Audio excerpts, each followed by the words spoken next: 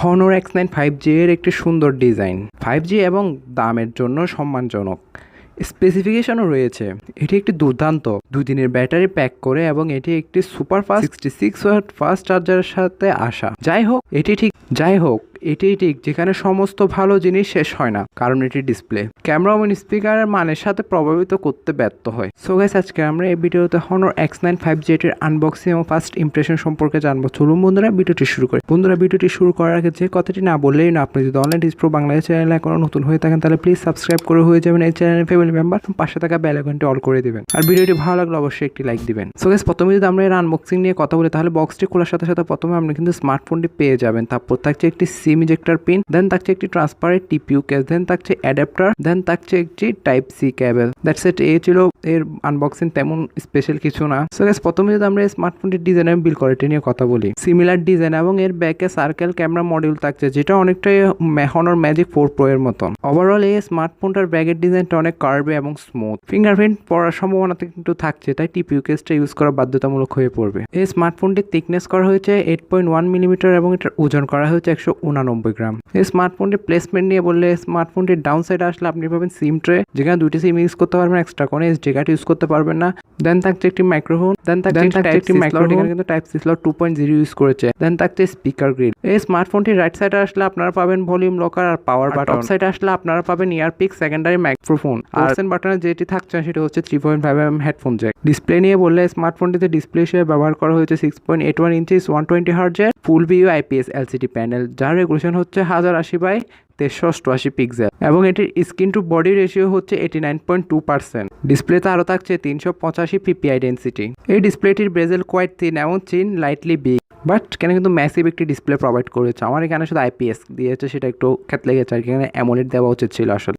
ভিজুয়ালিটি নিয়ে কথা বললে, এই ডিসপ্লেটির ভিজুয়ালিটি কিন্তু ভেরি ডিসেন্ট, কারণ এটি LCD display, not really the best. আর আউটডোর ভিজিবিলিটি নিয়ে বললে মোটামুটি ওকে, মানানসই, বিকজ এর প্রাইসটাও কনসেন্ট্রেট করতে হবে। Viewing angle অ্যাবো average, media conjunction মোটামুটি ওকে, এবং ডিসপ্লেতে আরও থাকছে 240 হার্জের টাচ স্যাম্পলিং রেট। ক্যামেরা নিয়ে বললে, স্মার্টফোনটির ব্যাকে আপনার ট্রিপল ক্যামেরা সেটআপ হবে, যার প্রাইমারিতে থাকছে 48 মেগাপিক্সেলের মেন একটি ওয়াইড সেন্সর, যার অ্যাপারচার 1.8, সেকেন্ডারিতে আসলে আপনি 2 মেগাপিক্সেলের একটি ম্যাক্রো পাবেন, যার অ্যাপারচার 2.4, থার্ড আসলে 2 মেগাপিক্সেলের একটি ডেপথ সেন্সর পাবেন, যার অ্যাপারচার 2.4। এবং ব্যাক ক্যামেরা দ্বারা সর্বোচ্চ 1080p-তে 30fps ভিডিওগুলো শুট করতে, যেটা আমার কাছে সব থেকে বেশি হতাশ লেগেছে। এই প্রাইস রেঞ্জে কিন্তু 4K অপশনটা দেওয়া উচিত ছিল। ক্যামেরা কোয়ালিটি নিয়ে বললে, ক্যামেরা কোয়ালিটি কিন্তু খুবই ডিসেন্ট ইমেজ এবং খুবই শার্প এবং ভালো কালার প্রোভাইড করে। মোটামুটি আপনি দিনের আলোতে ভালো ভিডিও এবং ছবিগুলো ক্যাপচার করতে পারবেন। All of camera quality above average, because আর এতে ভিডিও করার সময় কিন্তু ভিডিওতে খুবই শেখি ইফেক্ট আসবে, বিকজ এখানে থাকছে না কোনো OIS। এক কথায় দিনের আলোতে অল অফ অ্যাবো অ্যাভারেজ পিকচার এবং ভিডিওগুলো ক্যাপচার করতে পারবেন। ব্যাক ক্যামেরা ফিউচার হিসেবে থাকছে LED ফ্ল্যাশ, প্যানোরামা,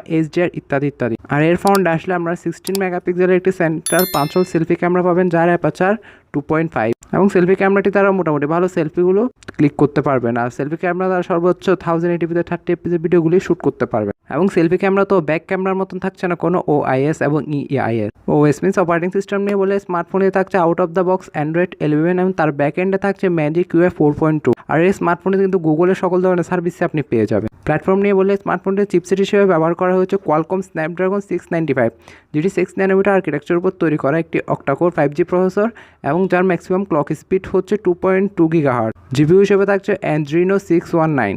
এর প্রসেসরটির অন্তত বেঞ্চমার্কে আমরা 2,18,788 মতন রেজাল্ট পেয়েছি। Qualcomm Snapdragon 695 এর প্রসেসরটি দ্বারা আপনি যে কোনো হাই লেভেলের গেম মোটামুটি মিডিয়াম গ্রাফিক্সে রেখে ভালোভাবেই খেলতে পারবেন। আর কল অফ ডিউটি এসব গেম কিন্তু আপনি অনায়াসে ভালো গ্রাফিক্স রেখে খেলতে পারবেন। তো PUBG খেলার সময় একটু ল্যাগ অথবা ফ্রেম রেটের লক্ষ্য অবশ্যই আপনি পাবেন, তাই আমি বলবো PUBG মিডিয়াম না হলে আর একটু লো গ্রাফিক্সে খেলা, তাহলে আপনি মোটামুটি PUBGতে ভালো একটি স্টেবল পারফরমেন্স পেয়ে যাবেন এই চিপসেটটি দ্বারা। ব্যাটারি নিয়ে বললে, স্মার্টফোনটিকে ব্যাকআপ করার জন্য থাকছে 4800 mAh একটি ব্যাটারি এবং তার সাথে বক্সে কিন্তু 66 ওয়াটের একটি ফাস্ট চার্জার প্রোভাইড করেছে।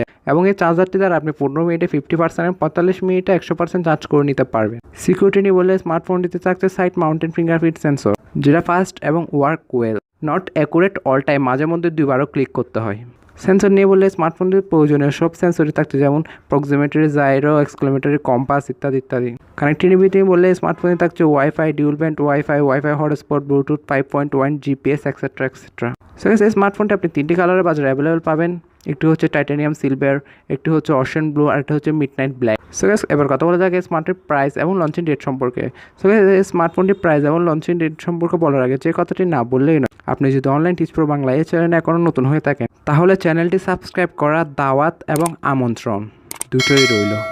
সো গাইস এটি আপনি বাজারে একটি র্যাম ভেরিয়েন্ট অ্যাভেলেবল পাবেন, একটু হচ্ছে 8GB RAM 128GB internal storage এবং 8GB RAM 128GB internal storage. এটির প্রাইস ইউকেতে রাখা হয়েছে 240 ইউরোর মতন, যেটা বাংলাদেশে টাকা কনভার্ট করলে অলমোস্ট 23,644 টাকাতে গিয়ে দাঁড়ায়। আর বাংলাদেশে স্মার্টফোনটির বেস ভেরিয়েন্টের প্রাইসটি গিয়ে দাঁড়াবে 25 থেকে 30,000 টাকার মধ্যে। হ্যাঁ বন্ধুরা, আপনার 25 থেকে 30,000 টাকার মধ্যে স্মার্টফোনটির বেস ভেরিয়েন্ট আপনি পেয়ে যেতে পারেন। সো গাইস Honor X95 যে স্মার্টফোনটি সম্পর্কে সম্পূর্ণ বিস্তারিত এবং যদি ডিটেল রিভিউ চান তাহলে অবশ্যই আমাদেরকে কমেন্ট করতে পারবেন, আমরা পরবর্তীতে এ নিয়ে ভিডিও মেক করার চেষ্টা করবো। সো গাইস এবার কথা বলা যাক এই স্মার্টফোনটির প্রাইস হিসেবে আমার কেমন লাগে। সো গাইস এই স্মার্টফোনটির স্পেসিফিকেশন হিসেবে কিন্তু প্রাইস ওভার হাই, তবে আপনাদের কেমন লেগেছে তাও অবশ্যই আমাদেরকে কমেন্ট করে জানাবেন।